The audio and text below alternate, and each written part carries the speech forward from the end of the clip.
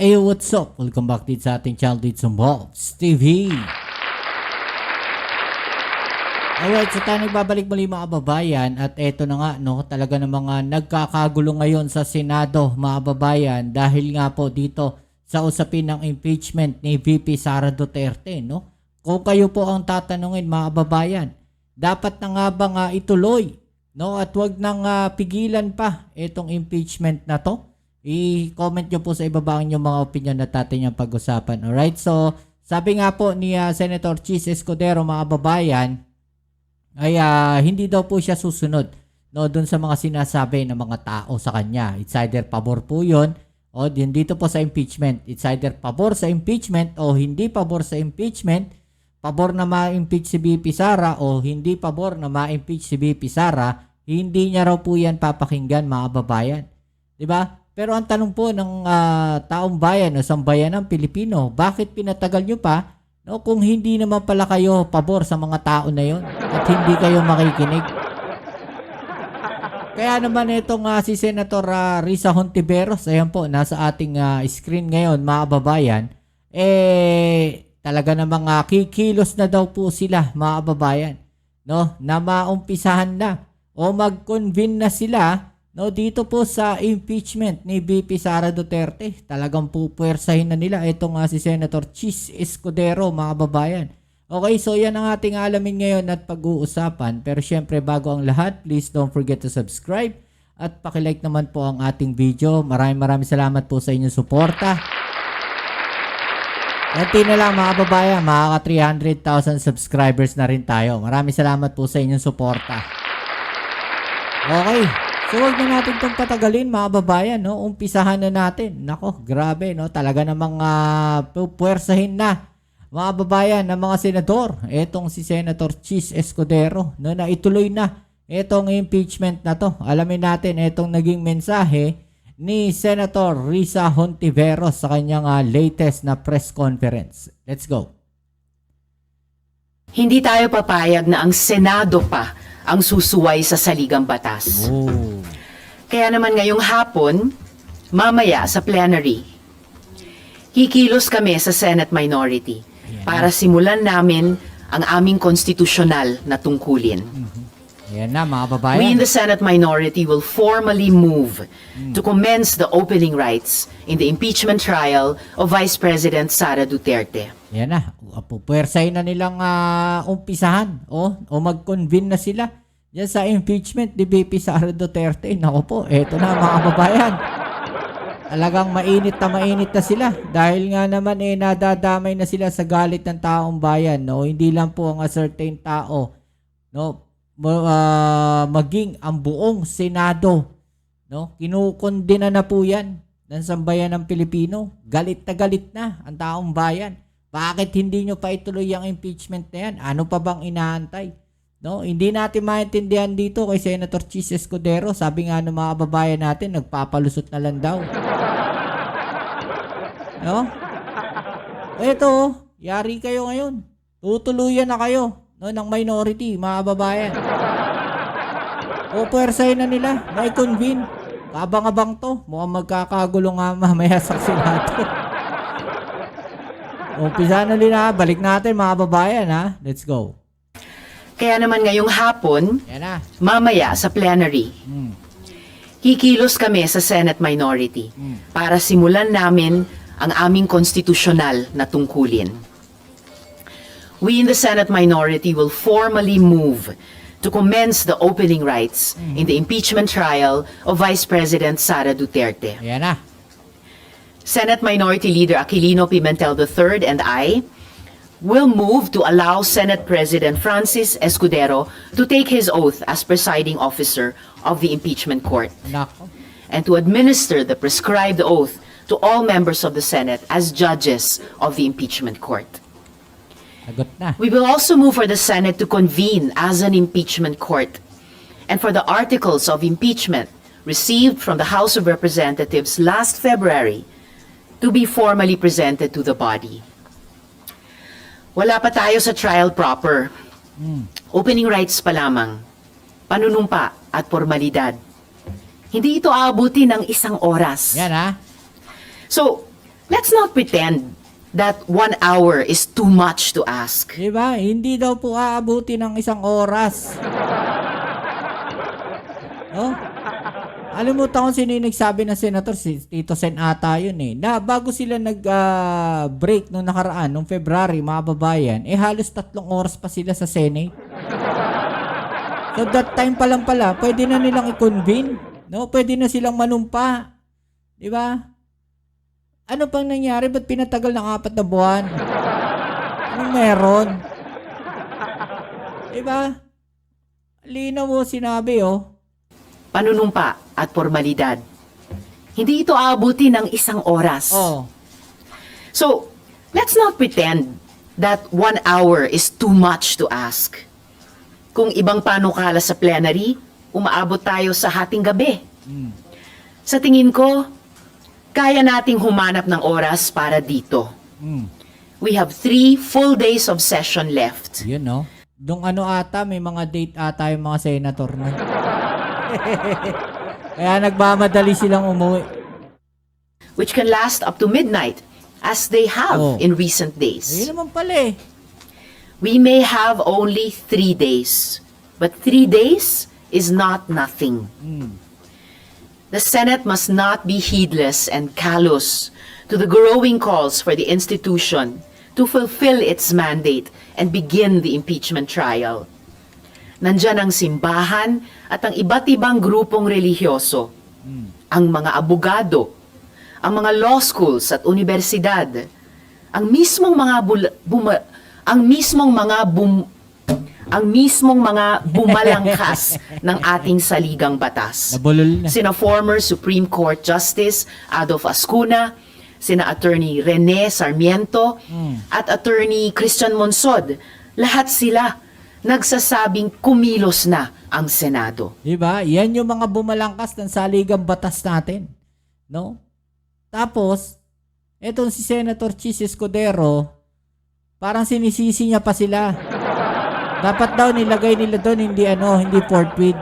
No, dapat daw ang nilagay nila ron, parang umaksyon na kaagad, parang as soon as possible, parang ganun. Sinisi pa no? Ang kulit lang eh. Bilang mga senador ng 19th Congress, malinaw sa amin sa minority ang aming responsibilidad. At hindi ako papayag na Senado pa mismo ang bumaliwala sa ating konstitusyon. Dahil hindi lang taong bayan ang huhusga sa amin. Kung hindi ito matuloy, hindi tayo patatawarin ng kasaysayan. Oo. So ano mangyayari? Magkukonvene na agad? Hindi na po mangyayari yung dapat basahin muna ng panel of prosecutors yung articles of impeachment? In fact, pangatlong step na yan. Unang step ay Mag-convene. manunumpa Manunumpa ang muna. Senate President bilang presiding officer. Pangalawang step, pasusumpain niya kaming lahat ng mga senador bilang senator judges. Kasunod niyan, finally, once and for all, babasahin sa Yan amin na. ang articles of impeachment. Once and Pero for all lahat na. ng yan, maaring hindi umabot sa 1 oras. Kasi originally, ang magiging presentation muna ng articles of impeachment bago daw mag-convene bilang impeachment court. Oh, hindi daw aabot na 1 oras. Ano na, Senator Cheese?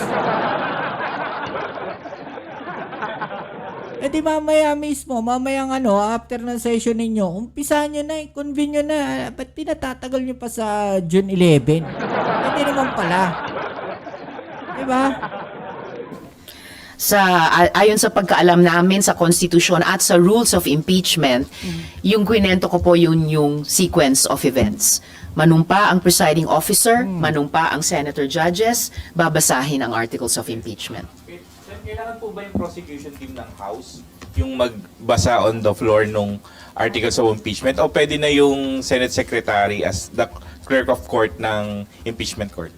Ang naging practice ay yung House prosecutors na nagpe-present ng articles of impeachment. Pero kung base lang sa Senate rules of impeachment, maaring simpleng opisyal dito o assigned person sa loob ng Senado ang magbasa ng mga ito sa amin bilang senator judges once convened na kami as impeachment trial court. Pero ma'am, confident kayo na kapag nag-motion, makakakuha kayo ng enough votes para suportahan ng mga senador? Eto na. It shouldn't even require. Hindi na Sapat kailangan. na, no. Ayon sa mismong konstitusyon, hindi kailangan yung approval ng majority para lang simulan ang aming tungkulin sa impeachment process. Pero kung kakailanganin pa ng isang motion, yan ang aming gagawin ni Senator Coco. So pag nag-motion kayo, no more debates, no more nabutuhan, dapat tuloy na agad yung...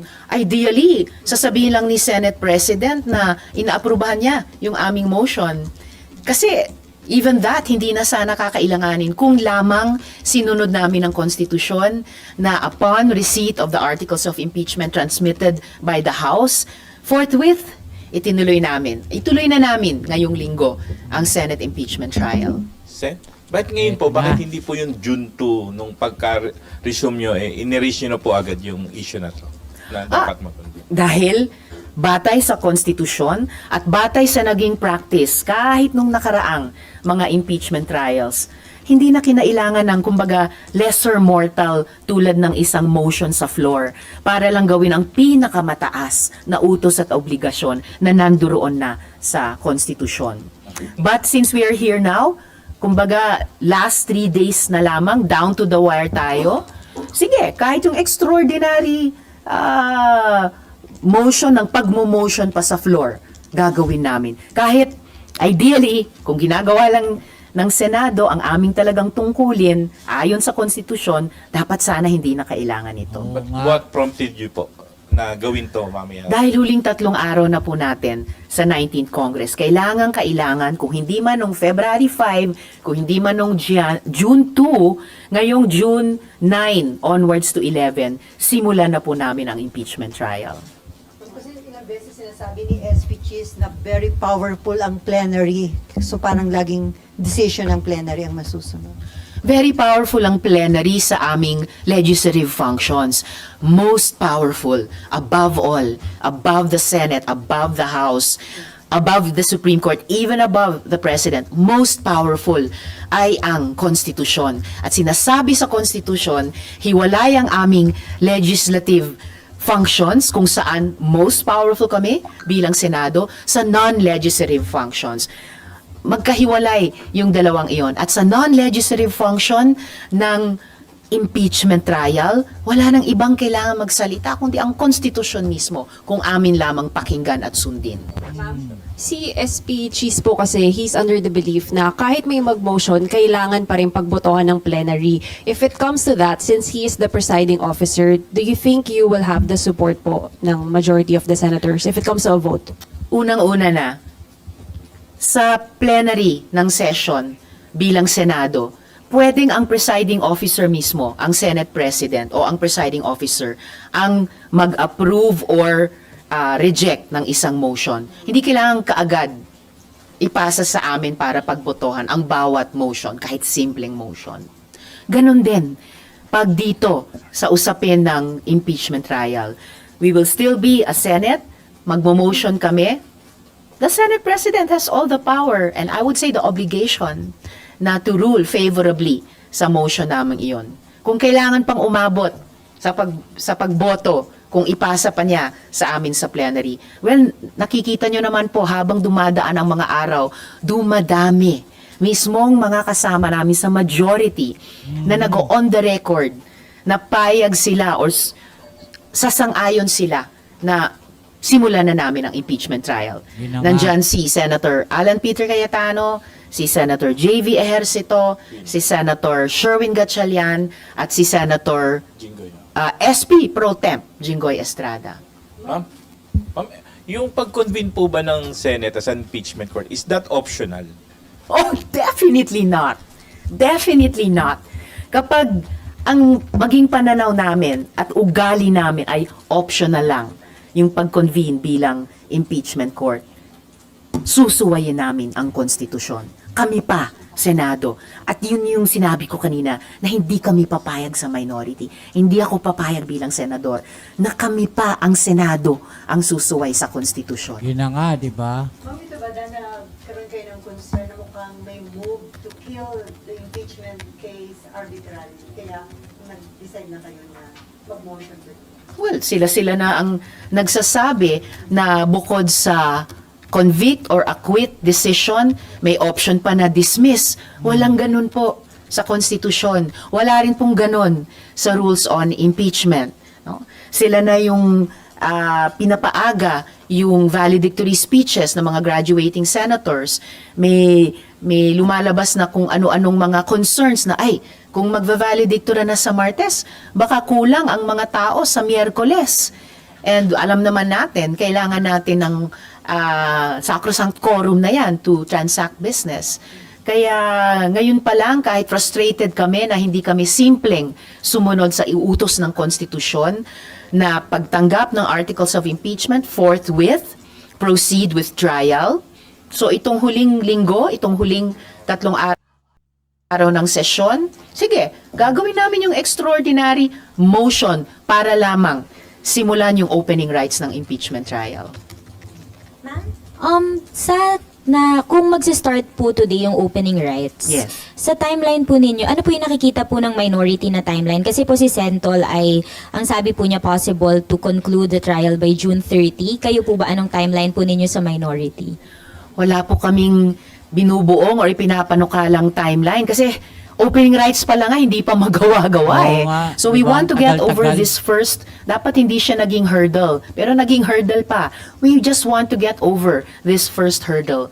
Kaya ngayong umaga, or nung inilabas yung ganong panukala na hanggang June 30, premature pa talaga. At saka, isipin natin, 19 days? Yun lang ba ang naiisip naming ibigay na time frame sa ganitong kaimportanteng proseso? Sa simpleng civil cases lang nga halimbawa yung pagbibigay ng bayad or pagsisingil ng bayad.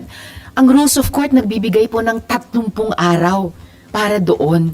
Ano pa kaya sa isang napaka-importanteng constitutional process tulad ng impeachment? And remember, hindi lang po iisang article of impeachment ito. 7 articles of Grabe, impeachment. dami, no? Hindi pa nga namin narinig formally ano-anong mga articles. Hindi pa nga namin narinig ano-ano yung pinipresent nilang mga ebidensya, mga witnesses. Wala pa po kaming pagkakataon magtanong sa mga ito. So paano namin masasabi ngayon pa lang na 19 days kaya na naming tapusin ang ganyang kaimportante at Tama maaaring naman. mabigat?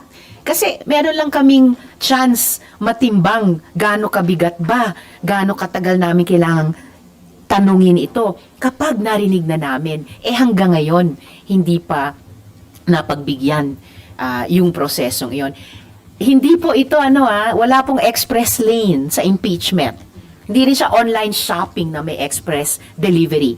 Bigyan naman natin ng hustisya ang prosesong ito. Bigyan natin ng hustisya pareho ang mga panig ng House prosecutors at pati yung kampo ni VP Duterte. At higit sa lahat, bigyan natin ng hustisya ang taong bayan na kumakapit sa konstitusyon at dumadami at lumalakas ang mga boses na pinagsasabihan kami, gawin nyo na ang tungkulin ninyo. Pero ma'am, tama po ba, at least for this week, today, opening rights, and then tomorrow and Wednesday, ano pong mangyayari? Basta pwedeng, once buksan namin yung impeachment trial, mag-constitute kami as impeachment court, doon namin pwedeng simulang pag-usapan yung timetable at gawin sa susunod na 2 araw ang mapag-usapan na para sa una at ikalawang araw pagkatapos mag-convene. At yung nalalabi pa, yung kakailanganin, kung ano man ang kakailanganin in fairness sa process, pwedeng ituloy ng 20th Congress. Yun, malinaw. Pwedeng ituloy ng 20th Congress, mga babayan, ha? Clarification lang. Bali mamaya, aasahan natin opening rights and then tatry nyo rin makapag-convene as impeachment court. Asahan nyo po na magmo-motion kami ni Senator Pimentel na gawin na namin ang opening rights, which would constitute convening ourselves as impeachment court. Panunumpa ng presiding officer, panunumpa naming senator judges, pagpresenta sa amin ng articles of impeachment.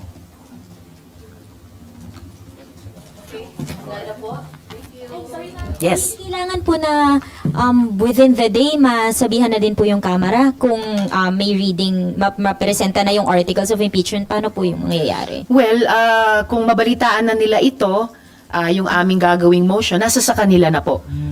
Kung paano sila kikilos o hindi kikilos. Basta natapos nila yung trabaho nila hanggang sa transmittal ng articles of impeachment, ang bola nasa korte ngayon ng Senado. So, yung shot clock, matagal nang nag-run out. No?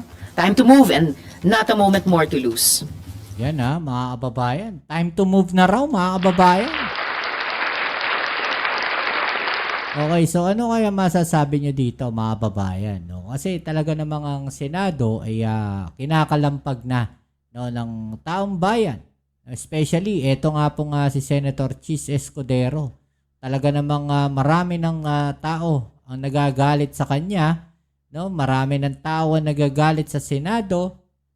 At mismong mga abogado na po ang nagsabi at yung mga gumawa ng konstitusyon mismo ang nagsasabi na dapat ituloy nyo na yung impeachment na yan ni VP Sara Duterte. So, nasa sa kanila na ngayon, mga kababayan, no, ang final decision, no, kung itutuloy na ba itong impeachment na to ni VP Sara Duterte.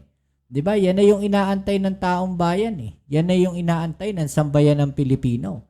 Maraming nag-aantay diyan. Kaya yung sinasabi ng mga nasa kabilang parlor, atat na atat, hindi eh. 'Di ba? Hindi atat na atat, nasa konstitusyon eh. No? Nasa batas.